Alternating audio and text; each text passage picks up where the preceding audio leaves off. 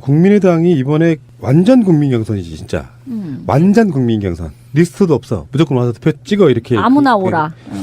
보통 이제 선거 사건이 일어나면요 2가지가 있거든요. 일반 국민도 특정한 당을 고발할 수 있어요. 부정선거 같은 걸로. 민주당도 사실 이번 경선 관련해 갖고 고발당하는 건도 있고 그런데요. 문제는 선관위가 자발적으로 검찰이 고발하는 경우는 좀 드물어요. 그거는 100% 네. 확증을 갖고 하는 거죠. 그래서 선관위가 지금 국민의당 경선 불법 선거운동 의혹 이것을 검찰이 고발해서 수사가 진행 중인 사건인데 이게 재밌어요. 여기서 지금 이 사건을 차떼기라고 합니다. 차떼기 경선. 렌터카를 이용해 가지고 주민 130명을 다른 혐의라고 하는데 여기서 관련자가 책임자 누구냐면은 이렇게 설명하면 되게 쉽겠죠. 처음에 보도에는 국민의당 당직자가 사람들을 시로 나른 혐의로 조사를 받고 있다. 이렇게 알려졌는데 그러면 도대체 어느 쪽에서 동원했다는 거냐. 손학규 쪽이야, 박주선 쪽이야, 안철수 쪽이야 이렇게 궁금해할 수 있지 않습니까? 네. 그런데 안철수 후보의 비서실장 출신인 사람이 바로 국회의원 송기석이라는 사람이에요. 상당히 가까운 거죠 지금 안철수 후보와. 그러니까 이 사람이 지금 선대위에서 본부장 맡고 있는 핵심이에요. 코어예요. 선거는 상황본부, 그래서 옛날에 상황실장이나 선대본부장 이런 사람들이 핵심의 코어에 있는 거예요. 지금 현재로 보면 그 선대위에서 본부장을 맡고 있는 송기석 의원의 지역구의 조직국장이야. 그러면 누구야? 누구를 위해서 판을 놨다는 거예요. 안철수를 위해서 했다는 그렇죠. 거죠. 근데 핑계는 비상근으로 근무하고 있는 활동자 수십 명 중에 한 명이라는데 국장 정도 직책을 줘놓고 비상근직이라서 나는 모르는 사람이다라고 얘기하는 이 핑계는 너무 구차하지 않아요? 송기석 의원의 지역구 조직국장 이거는 완전히 딱직함이 나와버리는 건데 그렇게 더하기 직능국장도 포함되어 있어요. 2명이에요. 국장이. 조직국장, 직능국장. 그 정도 되면 사실상의 핵심 코어라고 할 수 있는 거 그럼요. 아니야? 그럼요. 그렇죠. 그건 완전 코어인데 지역 사무실은 사실상 불법이잖아요. 지역구가 불법이라고. 그러니까 공식 직함이라고 얘기 안 하는 거예요. 자기들끼리 만드는 일종의 친목 단체처럼 만들어 놓고 운영해요. 불법적인 거 있기 원래 때문에. 그게 지역구 사무실 이거 자체가 불법인 거죠. 그렇죠. 지금은 맞아요. 예, 그렇게 돼버렸지. 그러니까 친목 형태로 운영하기 때문에 당직자 아니다고 이야기를 하는 거고요. 예. 그러면 이렇게 따졌을 때 이 송기석이라고 하는 사람이 안철수의 코어인데 나는 이 사건을 보고 뭘 느꼈냐면은 그 서울시 선관위 디도스 사건 있잖아요. 그거하고 좀 유사하다고 느낀 게 당시에 등장하는 인물이 박기태하고 최구식이 있고요.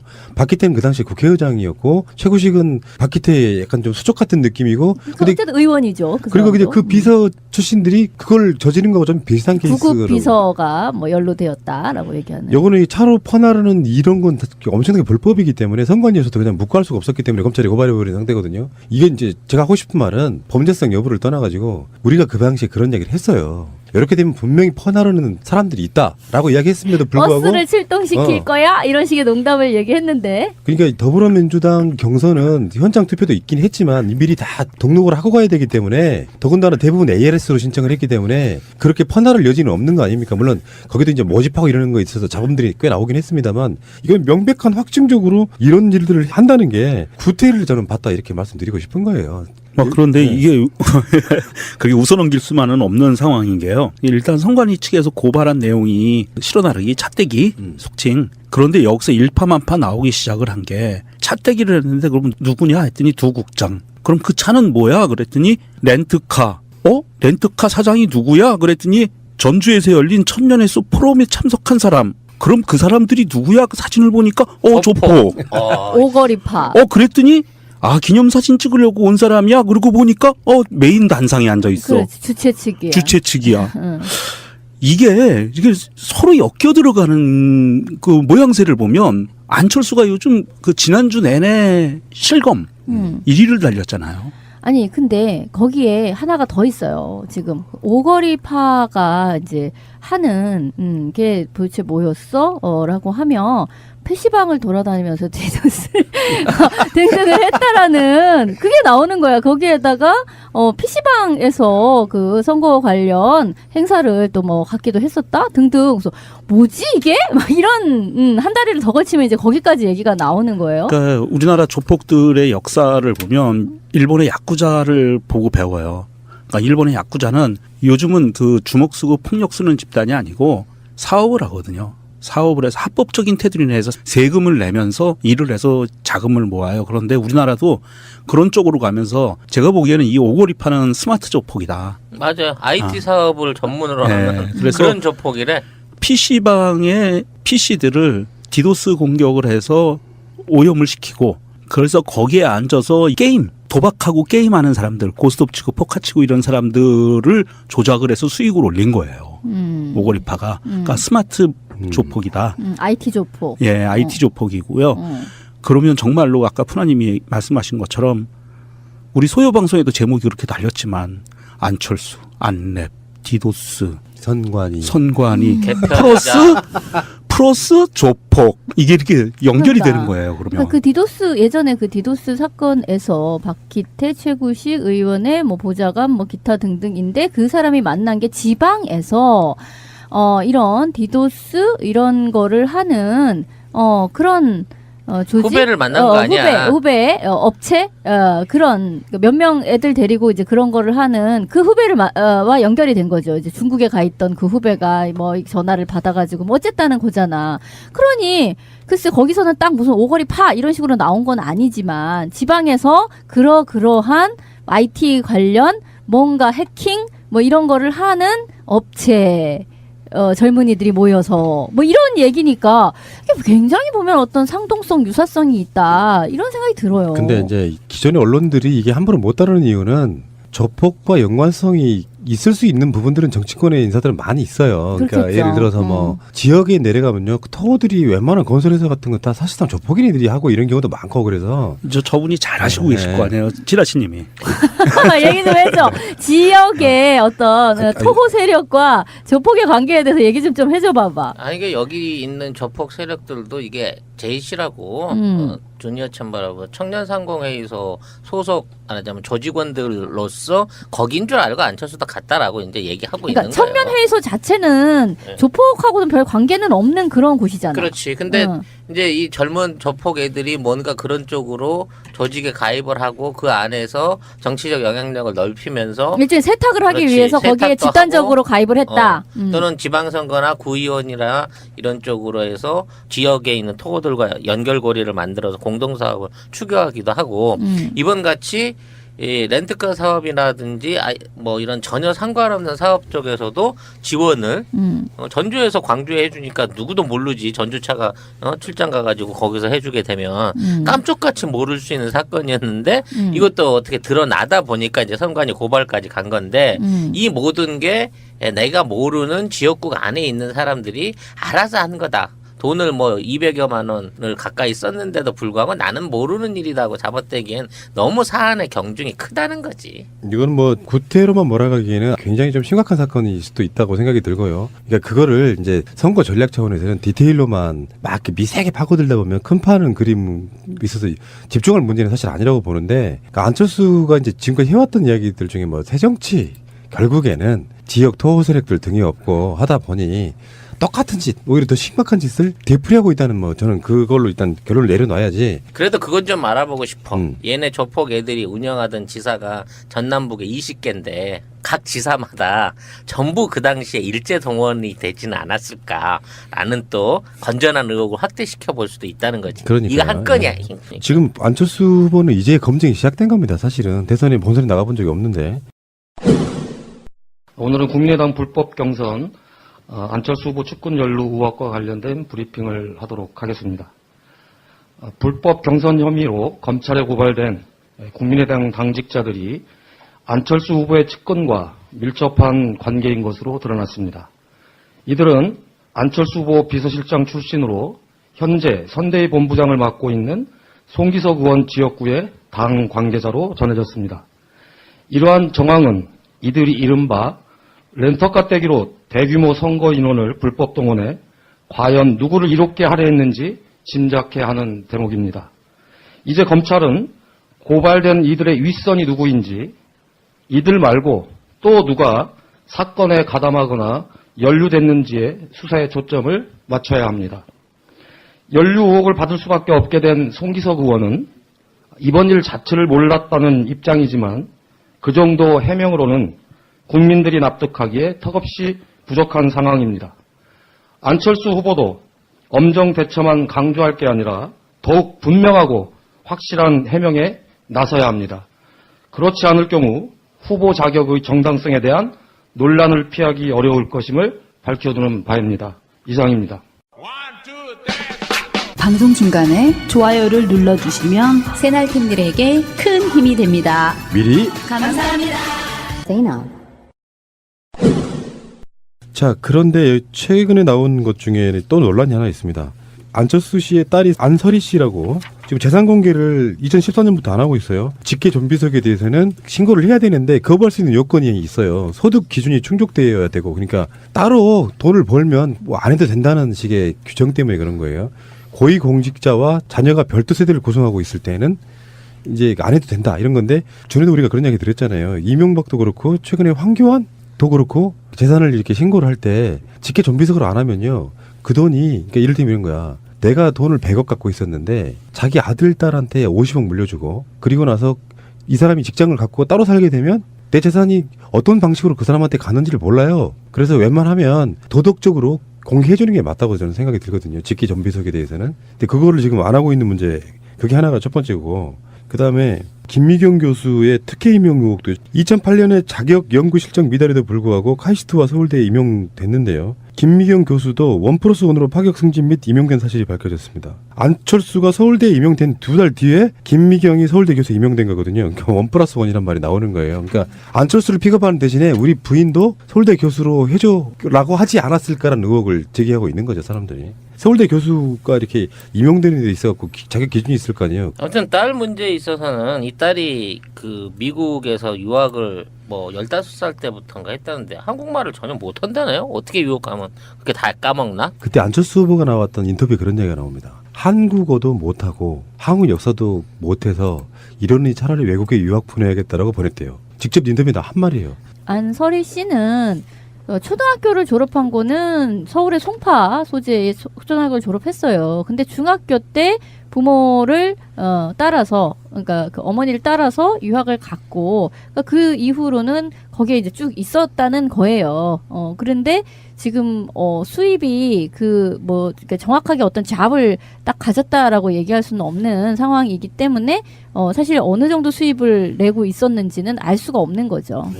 근데 이제 거기에 대해서 논란이 좀 있습니다. 뭐냐면은 결국엔 그 사람 외국 사람 되는 거 아니에요. 그러니까 대선 후보로서의 그 어떤 교육관이 너무 대통령에 맞지 않다 이렇게 비판하는 사람도 있어요. 근데 거긴 뭐 이제 디테일한 부분은 아닌 거고, 어쨌든 간에 직계 좀비석에 대한 재산 공개는 특별한 사정, 비도덕적인 사정이 없지 않는 한 공개하는 게 맞다고 보는데 안 했고. 일단 법적으로도 이제 이 자녀가 1년 이상 분가가 돼 있어야 돼요. 그리고 독립적으로 재산을 벌었다라는 증명이 1년 이상 유지가 돼야지 이게 안 해도 되는 거거든. 그러니까 얘는 부모의 도움 없이 독립적으로 한 애다라는 게 그런 절차를 거쳐야 되는데 이 두 가지 여건을 다 충족을 안 했다는 거죠. 조교를 해서 돈을 벌었다. 아니, 이렇게 조교했다는 얘기하는데 것도 알바했다는 거야 결국은. 정식 학교에서 알바해갖고 돈을 벌어서 수입을 올렸고, 주민등록 나눠진 거는 1년이 채 안 됐는데도 불구하고 안철수 후보는 법적으로 해야 될 그 재산 공개를 안 해놓은 상태에서 떼놓고 있다는 거지.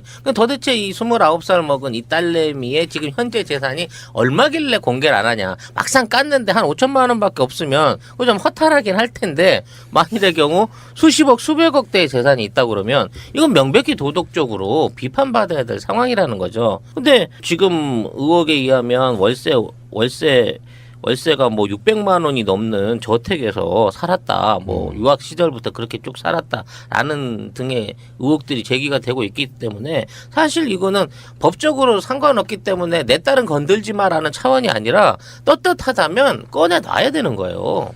이게 두고두고 문제가 될 수 있습니다. 그러니까 왜 그러냐면, 지금 대응 안 하면 두고두고야. 예, 이게 왜 그러냐면 안철수가 부자기 때문에 안철수의 딸인데, 자기 딸인데 미국에 유학 보내서 좋은 집에서 좋은 거 먹고 잘 살게 하고 싶은 그 부모의 마음을 이해 못하는 건 아니에요. 하지만 지가 대통령이나 고위 공직자로 나오기 위해서는 법으로 정해놨어요. 그 행정자치부에 재산 등록 고지 거부 심사 기준 운영 지침이라는 게 있어요. 그래서 공직자로 출마하는 사람이 재산 공개하는 거를 거부할 수 있는 권리, 그거를 받아줘야 되는 그 조항, 이게 있어요. 뭐냐면 지금 안철수가 얘기한 거는 내 딸은 조교 생활에서 돈 벌어 먹고 사니까 독립생계 가구다. 그래서 거부를 한 거예요. 그러니까 내가 먹여 살리는 애가 아니라 자기가 알아서 먹고 산다. 그런데 칠하시님 얘기처럼 조교 한다 그랬잖아요. 했다 그랬잖아요. 조교가 얼마나 받는지 모르겠는데 그 행정자치부에서 나온 그 운영 지침을 보면 독립생계 소득 기준이 어떻게 돼 있냐면 1인 가구 월 92만 5천 원이었어요. 그러면 이거보다 더 벌었다는 얘기 아니에요. 조교하면서. 장학금이라는 개념이 아니고 이거는 세금을 내는 소득을 얘기하는 거예요. 그럼 그거보다 훨씬 더 벌어야 되네. 그렇죠. 그래야 그 기준에 맞아요. 그런데 조교 외에 다른 부분을 하지 않았으면 이 소득을 맞추기가 힘들거든요. 이거는 좀 기본적인 도덕성 더하기 이거는 위법 사실인 것 같아요. 취지가 그런 거잖아요. 취지가 투명하게 공개하자. 그렇죠. 예. 근데 이 특별한 상황이 있을 경우에는 아주 특별한 상황이 있을 경우에는 공개를 안 해도 된다. 그렇죠. 일종의 그런 거고 원칙은. 근데 그래 특별한 상황이 있어서 공개를 안 한다고 하면 위치상 뭐 어디 일반 공무원도 아니고 대통령 선거에 올라갈 사람인데 결국에는 이제 최순실 박근혜 게이트도 사실은 측근과 가족의 문제가 이렇게 얽혀 있는 부분이 있고요. 그래서 저는 법적으로 해서 밖으로 공개 안 할 수도 있다고 생각이 들지만 안 하는 만큼 의혹지 기타 등등인데 그 사람이 만난 게 지방에서 이런 디도스 이런 거를 하는 그런 조직 후배를 만난 거 아니야. 후배 업체 그런 몇 명 애들 데리고 이제 그런 거를 하는 그 후배를 와 연결이 된 거죠. 이제 중국에 가 있던 그 후배가 뭐 전화를 받아가지고 뭐 어쨌다는 거잖아. 그러니 글쎄 거기서는 딱 무슨 오거리 파 이런 식으로 나온 건 아니지만 지방에서 그러한 IT 관련 뭔가 해킹 뭐 이런 거를 하는 업체. 젊은이들이 모여서 뭐 이런 얘기니까 이게 굉장히 보면 어떤 상동성 유사성이 있다 이런 생각이 들어요. 근데 이제 기존의 언론들이 이게 함부로 못 다루는 이유는 조폭과 연관성이 있을 수 있는 부분들은 정치권의 인사들은 많이 있어요. 그러니까 그렇겠죠. 예를 들어서 뭐 지역에 내려가면요, 그 터들이 웬만한 건설회사 같은 거 다 사실상 조폭인들이 하고 이런 경우도 많고 그래서 저분이 잘 하시고 네. 계실 거 아니에요. 지라시님이. 얘기 좀 해줘.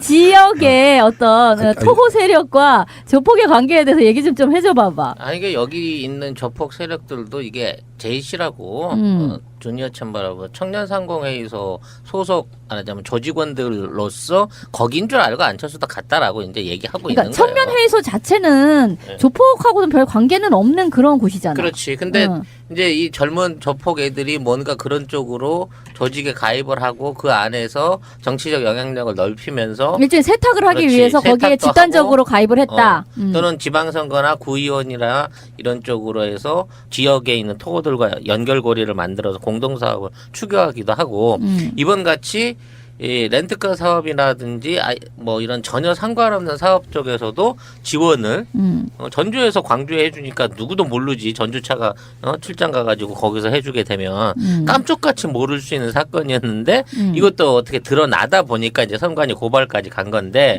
이 모든 게 내가 모르는 지역국 안에 있는 사람들이 알아서 한 거다. 돈을 뭐 200여만 원을 가까이 썼는데도 불구하고 나는 모르는 일이라고 잡아떼기엔 너무 사안의 경중이 크다는 거지. 이건 뭐 구태로만 몰아가기에는 굉장히 좀 심각한 사건일 수도 있다고 생각이 들고요. 그러니까 그거를 이제 선거 전략 차원에서는 디테일로만 막 이렇게 미세하게 파고들다 보면 큰 파는 그림 있어서 집중할 문제는 사실 아니라고 보는데, 그러니까 안철수가 이제 지금까지 해왔던 이야기들 중에 뭐 새정치 결국에는 지역 토호 세력들 등이 없고 하다 보니 똑같은 짓, 오히려 더 심각한 짓을 되풀이하고 있다는 뭐 저는 그걸로 일단 결론을 내려놔야지. 그래도 그건 좀 알아보고 싶어. 얘네 조폭 애들이 운영하던 지사가 전남북에 20개인데 각 지사마다 전부 그 당시에 일제 동원이 되지는 않았을까라는 또 법이기 때문에 선관위에서도 그냥 묵과할 수가 없었기 때문에 검찰이 고발해버린 상태거든요. 이게 이제 제가 하고 싶은 말은 범죄성 여부를 떠나가지고 우리가 그 당시에 그런 얘기를 했어요. 이렇게 되면 분명히 퍼나르는 사람들이 있다라고 이야기했음에도 불구하고 버스를 출동시킬 거야? 이런 식의 농담을 얘기했는데. 그러니까 더불어민주당 경선은 현장 투표도 있긴 했지만 미리 다 등록을 하고 가야 되기 때문에 더군다나 대부분 ALS로 신청을 했기 때문에 그렇게 퍼나를 여지는 없는 거 아닙니까? 물론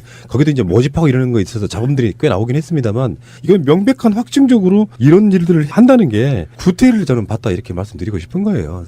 그런데 이게 그게 웃어넘길 수만은 없는 상황인 게요. 일단 선관위 측에서 고발한 내용이 실어나르기, 차떼기, 속칭. 그런데 여기서 일파만파 나오기 시작을 한 게 차떼기를 했는데 그러면 누구냐 했더니 두 국장. 그럼 그 차는 뭐야? 그랬더니 렌트카. 렌트카 사장이 누구야? 그랬더니 전주에서 열린 천년의 숲 포럼에 참석한 사람. 그럼 그 사람들이 누구야? 그 사진을 보니까 조폭. 오거리파. 그랬더니 기념사진 찍으려고 온 사람이야. 그러고 보니까 메인 단상에 앉아 있어. 그렇지, 주최 측이야. 주최 측이야. 응. 이게 서로 엮여 들어가는 그 모양새를 보면 안철수가 요즘 그 지난주 내내 실검 1위를 달렸잖아요. 아니 근데 거기에 하나가 더 있어요. 지금 오거리파가 이제 하는 게 도대체 뭐였어? 라고 하면 PC방을 돌아다니면서 디도스를 등등을 했다라는 그게 나오는 거야. 거기에다가 PC방에서 그 선거 관련 행사를 또 뭐 갖기도 했었다 등등. 그래서 뭐지 이게? 막 이런 한 다리를 더 걸치면 이제 거기까지 얘기가 나오는 거예요. 그러니까 우리나라 조폭들의 역사를 보면 일본의 야쿠자를 보고 배워요. 그러니까 일본의 야쿠자는 요즘은 그 주먹 쓰고 폭력 쓰는 집단이 아니고 사업을 하거든요. 사업을 해서 합법적인 테두리 내에서 세금을 내면서 일을 해서 자금을 모아요. 그런데 우리나라도 그런 쪽으로 가면서 제가 보기에는 이 오거리파는 스마트 조폭이다. 맞아요. IT 사업을 전문으로 네. 하는 그래서 그런 조폭이래. PC방의 PC들을 디도스 공격을 해서 오염을 시키고 그래서 거기에 앉아서 게임, 도박하고 게임하는 사람들, 고스톱 치고 포카 치고 이런 사람들을 조작을 해서 수익을 올린 거예요. 오거리파가. 그러니까 스마트 조폭이다. IT 조폭. 예, IT 조폭이고요. 그러면 정말로 아까 푸나님이 말씀하신 것처럼 우리 소요 방송에도 제목이 그렇게 달렸지만 안철수, 안랩, 디도스, 선관위 플러스 조폭 이게 이렇게 연결이 그러니까. 되는 거예요. 그러면 그러니까 그 디도스 예전에 그 디도스 사건에서 박기태 최구식 의원의 뭐 보좌관 뭐 건전한 의혹을 확대시켜 볼 수도 있다는 거지. 그러니까요. 이거 한 건이야. 지금 안철수 후보는 이제 검증이 시작된 겁니다. 사실은 대선에 본선에 나가본 적이 없는데. 오늘은 국민의당 불법 경선 안철수 후보 측근 연루 의혹과 관련된 브리핑을 하도록 하겠습니다. 불법 경선 혐의로 검찰에 고발된 국민의당 당직자들이 안철수 후보의 측근과 밀접한 관계인 것으로 드러났습니다. 이들은 안철수 후보 비서실장 출신으로 현재 선대위 본부장을 맡고 있는 송기석 의원 지역구의 당 관계자로 전해졌습니다. 이러한 정황은 이들이 이른바 렌터카 떼기로 대규모 선거 인원을 불법 동원해 과연 누구를 이롭게 하려 했는지 짐작해 하는 대목입니다. 이제 검찰은 고발된 이들의 윗선이 누구인지 이들 말고 또 누가 사건에 가담하거나 연루됐는지에 수사의 초점을 맞춰야 합니다. 연루 의혹을 받을 수밖에 없게 된 송기석 의원은 이번 일 자체를 몰랐다는 입장이지만 그 정도 해명으로는 국민들이 납득하기에 턱없이 부족한 상황입니다. 안철수 후보도 엄정대처만 강조할 게 아니라 더욱 분명하고 확실한 해명에 나서야 합니다. 그렇지 않을 경우 후보 자격의 정당성에 대한 논란을 피하기 어려울 것임을 밝혀두는 바입니다. 이상입니다. 방송 중간에 좋아요를 눌러주시면 새날팀들에게 큰 힘이 됩니다. 미리. 감사합니다. 자, 그런데 최근에 나온 것 중에 또 논란이 하나 있습니다. 안철수 씨의 딸이 안설희 씨라고 지금 재산 공개를 2014년부터 안 하고 있어요. 직계 존비속에 대해서는 신고를 해야 되는데 거부할 수 있는 요건이 있어요. 소득 기준이 충족되어야 되고, 그러니까 따로 돈을 벌면 뭐 안 해도 된다는 식의 규정 때문에 그런 거예요.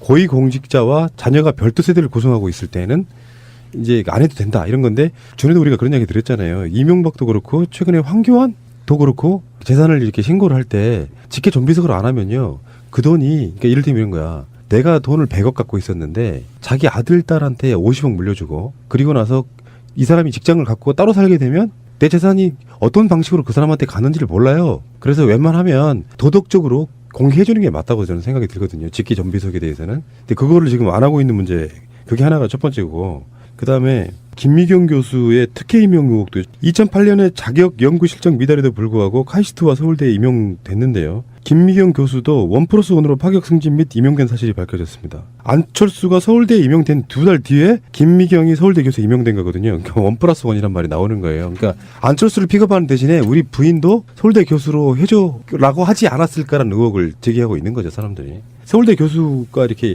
임용되는 데 있어갖고 자격 기준이 있을 거 아니에요. 아무튼 딸 문제에 있어서는 이 딸이 그 미국에서 유학을 뭐 15살 때부터인가 했다는데 한국말을 전혀 못한다네요. 어떻게 유학하면 그렇게 다 까먹나? 그때 안철수 후보가 나왔던 인터뷰에 그런 얘기가 나옵니다. 한국어도 못하고 한국 역사도 못해서 이러니 차라리 외국에 유학 보내야겠다라고 보냈대요. 직접 인터뷰에다 한 말이에요. 안설희 씨는 초등학교를 졸업한 거는 서울의 송파 소재의 초등학교를 졸업했어요. 근데 중학교 때 부모를 따라서, 그러니까 그 어머니를 따라서 유학을 갔고, 그러니까 그 이후로는 거기에 이제 쭉 있었다는 거예요.